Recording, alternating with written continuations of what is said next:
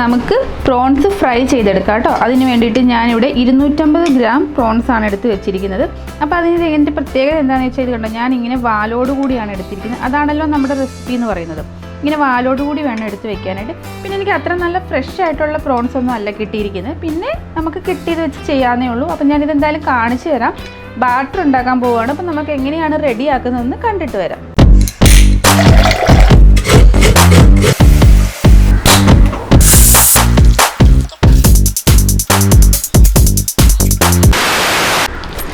ആദ്യം തന്നെ ഒരു പ്ലേറ്റ് എടുത്ത് വെച്ചിട്ട് ഞാൻ ഇതുപോലെ ഒരു 2 സ്പൂൺ അരിപ്പൊടിയാണ് ചേർത്ത് കൊടുക്കുന്നത്. നമുക്ക് ബാറ്ററിലേക്ക് വേണ്ടിയിട്ടാണ് അരിപ്പൊടി എടുത്തിരിക്കുന്നത്. നിങ്ങൾക്ക് വേണമെങ്കിൽ കോൺഫ്ലോർ ചേർക്കാം, ഒരു പ്രശ്നമില്ല. എൻ്റെ കയ്യിൽ കോൺഫ്ലോർ ഇല്ലാഞ്ഞുകൊണ്ടാണ് ഞാൻ ചേർക്കാൻ. ഞാൻ ഉണ്ടായിരുന്നത് തീർച്ചയായിട്ടും ഞാൻ കോൺഫ്ലോർ തന്നെ ചേർത്തത്. പിന്നെ ഈ പറഞ്ഞ പോലെ ഒരു 1.5-2 സ്പൂണോളം തന്നെ മൈദയും ചേർത്ത് കൊടുത്തിട്ടുണ്ട്. അപ്പോൾ ഇത് രണ്ടും കൂടെ മിക്സാക്കി വെക്കുക. ഇനി നമുക്കിതിലേക്ക് കുറച്ച് ഇൻഗ്രീഡിയൻസ് കൂടെ ചേർക്കേണ്ടതുണ്ട്. നെക്സ്റ്റ് ആയിട്ട് ഞാനൊരു 3/4 ടീസ്പൂണോളം കുരുമുളക് പൊടി ചേർത്ത് കൊടുത്തിട്ടുണ്ട്. ഇത് എന്തിനാണെന്ന് ചോദിച്ചാൽ നമുക്ക് നല്ലൊരു എരിവൊക്കെ കിട്ടാനാണ്. നമ്മൾ വേറെ ഒന്നും ഇതിലേക്ക് മുളകായിട്ട് ആഡ് ചെയ്ത് കൊടുക്കുന്നില്ല.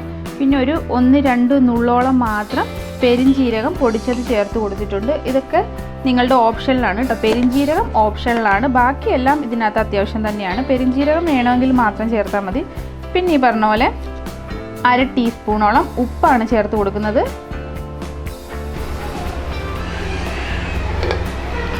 പിന്നെ ഞാനൊരു സ്പൂണോളം സോയാ സോസ് ചേർത്ത് കൊടുത്തിട്ടുണ്ട്. ഇതും ഓപ്ഷനിലാണ്. പെരിഞ്ജീരകവും സോയാ സോസും നിങ്ങൾക്ക് ഇഷ്ടമുണ്ടെങ്കിൽ മാത്രം ചേർത്താൽ മതി കേട്ടോ.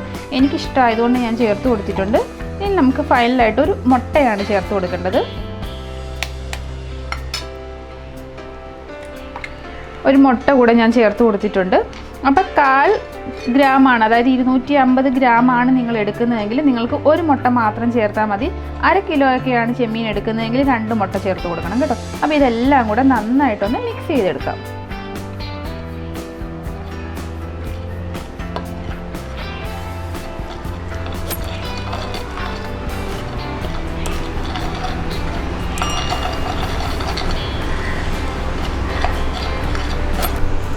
ഞാൻ അതെല്ലാം കൂടെ മിക്സ് ചെയ്തപ്പം ഈ ഒരു കൺസിസ്റ്റൻസിയാണ് വന്നിരിക്കുന്നത്. പക്ഷേ ഇതൊരു തിക്ക് കൺസിസ്റ്റൻസിയാണ് കാണിക്കുന്നത്, കണ്ടില്ലേ?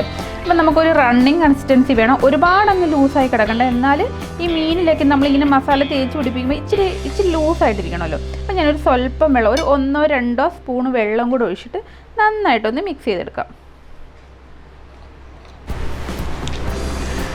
അപ്പോൾ ഞാനൊരു 3 സ്പൂണോളം വെള്ളം ഒഴിച്ച് കൊടുത്തിട്ട് നന്നായിട്ട് മിക്സ് ചെയ്തെടുത്തിട്ടുണ്ട് കേട്ടോ. അപ്പോൾ ഇനി നമ്മൾക്ക് ചെയ്യേണ്ടത് എന്താണെന്ന് വെച്ചാൽ ഓരോ ചെമ്മീനും ഈ ബാറ്ററിനകത്തോട്ട് നന്നായിട്ട് പൊതിഞ്ഞെടുക്കുക. അതായത് നന്നായിട്ട് ഇതിൽ തേച്ച് പിടിപ്പിച്ച് എല്ലാ ചെമ്മീനും ഇതുപോലെ എടുക്കണം. എന്നിട്ട് നമ്മളിത് മാരിനേറ്റ് ചെയ്തിട്ട് നമുക്കൊരു 1/2 മണിക്കൂർ വെക്കുവാണെങ്കിൽ നല്ല ടേസ്റ്റി ആയിട്ടുണ്ടാവും. ഇതെല്ലാം ഇതിൽ പിടിച്ചിട്ട് നല്ല സൂപ്പർ ടേസ്റ്റി ആയിട്ട് വരും.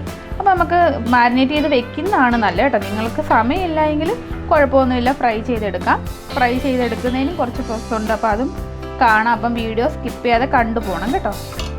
അപ്പോൾ നമുക്കിതെല്ലാം ഒന്ന് ഇതേപോലെ ഫുൾ കവർ ചെയ്തെടുക്കാവേ.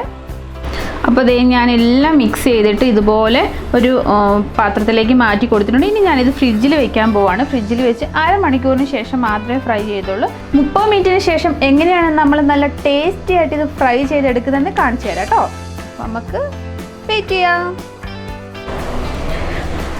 ഓക്കെ, ഇത് നമ്മളുടെ മാരിനേറ്റ് ചെയ്ത് വെച്ചിരുന്ന പ്രോൺസൊക്കെ നല്ല അടിപൊളിയായി വന്നിട്ടുണ്ട്. 30 മിനിറ്റ് കഴിഞ്ഞ് കേട്ടോ. അപ്പോൾ നമുക്ക് ഇനി ചെയ്യേണ്ടത് ഇത് റൊട്ടിപ്പൊടിയിൽ മുക്കിയിട്ട് നമ്മളൊന്ന് ഒരു കോട്ടിംഗ് പോലെ കൊടുത്തിട്ട് എണ്ണയിൽ പൊരിച്ചെടുക്കുകയാണ് ചെയ്യുന്നത്. അപ്പോൾ നമുക്കിത് കോട്ടിംഗ് കൊടുത്ത് എല്ലാം ഒന്ന് കോട്ടിംഗ് കൊടുത്ത് വെക്കാം കേട്ടോ. ഓക്കെ, നമ്മുടെ റൊട്ടി ഞാൻ വീട്ടിൽ തന്നെയുള്ള റൊട്ടി എടുത്തിട്ട് മിക്സിയിലൊന്ന് പൊടിച്ചെടുത്ത് വെച്ചാണ് കേട്ടോ. അപ്പോൾ നമ്മളിനി ഓരോ ചെമ്മീൻ എടുത്തിട്ട് ഇതിലാണ് നമ്മൾ ജസ്റ്റ് ഒന്ന് ഇങ്ങനെ കോട്ടിംഗ് പോലെ കൊടുക്കുന്നത്. എന്നിട്ടാണ് നമ്മൾ ഇത് എണ്ണയിൽ മുക്കിയിട്ട് ഫ്രൈ ആക്കി എടുക്കുന്നത്. അപ്പം ജസ്റ്റ് ഒന്നിങ്ങനെ ആക്കിയിട്ട് എല്ലാ ചെമ്മീനെയും ഇങ്ങനെ കോട്ടിംഗ് കൊടുത്ത് ഒരു പ്ലേറ്റിലേക്ക് മാറ്റി വെക്കാം. എല്ലാം വെച്ചതിന് ശേഷം മാത്രം ഫ്രൈ ചെയ്തെടുക്കാം കേട്ടോ.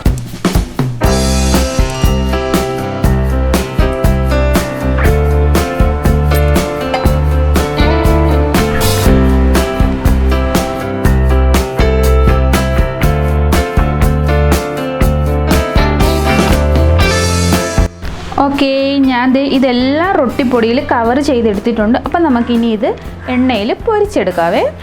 ഓക്കെ, ഞാൻ ഒരു പാൻ വെച്ച് കൊടുത്തിട്ടുണ്ട് നമ്മൾക്കൊന്ന് ഇതെല്ലാം ഒന്ന് ഫ്രൈ ആക്കി എടുക്കാനായിട്ട്. അപ്പം ഞാനിതിൽ അത്യാവശ്യം നല്ലതായിട്ട് എണ്ണ ഒഴിച്ച് കൊടുത്തിട്ടുണ്ട്.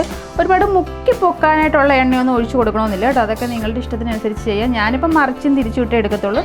എന്നിട്ട് ഒരു മീഡിയം ഫ്ലെയിമിൽ വെച്ചിട്ട് എണ്ണയൊന്ന് ചൂടായി വരുന്ന സമയത്ത് നമുക്ക് ഇട്ട് കൊടുക്കാം. ഫ്ലെയിം എപ്പോഴും മീഡിയത്തിൽ തന്നെ വെക്കുന്നതാണ് നല്ലത് കേട്ടോ, കാരണം ഒരുപാട് ഹൈയും ആക്കണ്ട ലോയും ആക്കണ്ട. ലോ ആക്കിയാൽ എണ്ണ കുടിക്കും, ഇത് ഹൈ ആക്കിയാൽ പെട്ടെന്ന് കരിഞ്ഞും പോകും. അപ്പോൾ അതുകൊണ്ട് മീഡിയത്തിൽ വെച്ചിട്ട് നമുക്കിതെല്ലാം ഒന്ന് നന്നായിട്ട് ഫ്രൈ ചെയ്തെടുക്കാവേ. അപ്പോൾ എൻ്റെ എണ്ണ ചൂടായി വരുന്നതേ ഉള്ളൂ, കുഴപ്പമില്ല, നമുക്കത് നന്നായിട്ട് തന്നെ കിട്ടും. ഇതെല്ലാം അത്യാവശ്യം കിടക്കാനുള്ള ഭാഗം നമുക്ക് രണ്ടോ മൂന്നോ ബാച്ചായിട്ടൊക്കെ ഇത് ഫ്രൈ ചെയ്തെടുത്താൽ മതി. ഇത്രയും മതി കേട്ടോ. അതെല്ലാം ഒന്ന് നന്നായിട്ട് വരട്ടെ. വന്നതിന് ശേഷം നമുക്ക് നെക്സ്റ്റ് ഇട്ട് കൊടുക്കാം. അപ്പോൾ ഇത് ഒന്ന് ഫ്രൈ ആവട്ടെ. അപ്പം ഞാൻ വെളിച്ചെണ്ണയും സൺഫ്ലവർ ഓയിലും കൂടെ മിക്സ് ചെയ്ത് ഒഴിച്ചു കൊടുത്തു കേട്ടോ. അപ്പോൾ അതുകൊണ്ടാണ് ഇങ്ങനെ ഒരു പത കാണുന്നത്. അപ്പോൾ ഒരു 2-3-4 മിനിറ്റിനുള്ളിൽ തന്നെ ഇത് ഏകദേശം ആ ഒരു സൈഡ് ഫ്രൈ ആയി വന്നിട്ടുണ്ട്. അപ്പം നമ്മൾക്ക് ഇനി ബാക്കി സൈഡും കൂടെ മറിച്ചിട്ട് കൊടുക്കാം. പിന്നെ ഇതിന് അധികം വേവൊന്നുമില്ല കേട്ടോ, ഇത് ചെമ്മീനാകുമ്പോൾ പെട്ടെന്ന് വെന്ത് കിട്ടും. നമുക്കൊരു 5 മിനിറ്റ് തന്നെ മതി, അല്ലെങ്കിൽ ഒരുപാട് വേവിച്ച് ഇതങ്ങ് റബ്ബർ പോലെ ആയിപ്പോൾ കേട്ടോ. കണ്ടില്ലേ, ഇതിപ്പം ആ സൈഡ് കണ്ടില്ലേ നല്ല ഫ്രൈ ആയി വന്നിട്ടുണ്ട്. അപ്പോൾ ഈ സൈഡും കൂടെ ഒന്ന് നന്നായിട്ട് ഫ്രൈ ആയി വരട്ടെ കേട്ടോ. അപ്പോൾ അതേ നന്നായിട്ട് ഫ്രൈ ആയി വന്നിട്ടുണ്ട്, നല്ലൊരു മണമൊക്കെ വരുന്നുണ്ട്. അപ്പം ഞാനിത് കോരി മാറ്റുകയാണ്. എന്നിട്ട് നമുക്ക് ഇനിയും വറുത്തെടുക്കാനുണ്ട്. എല്ലാം എനിക്ക് തോന്നുന്നൊരു 3 ബാച്ചായിട്ട് ആവും വറക്കേണ്ടി വരുമായിരിക്കും, കാരണം 1/4 കിലോ സാധനം ഉണ്ടല്ലോ. അപ്പോൾ ഇത് ഞാൻ കോരിയെടുക്കട്ടെ പാത്രത്തിലേക്ക്.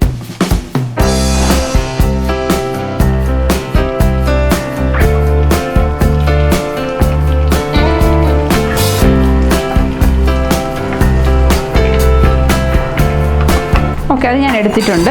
എന്നിട്ട് ഇനി അടുത്ത ബാച്ച് ഇട്ട് കൊടുക്കുവാണേ.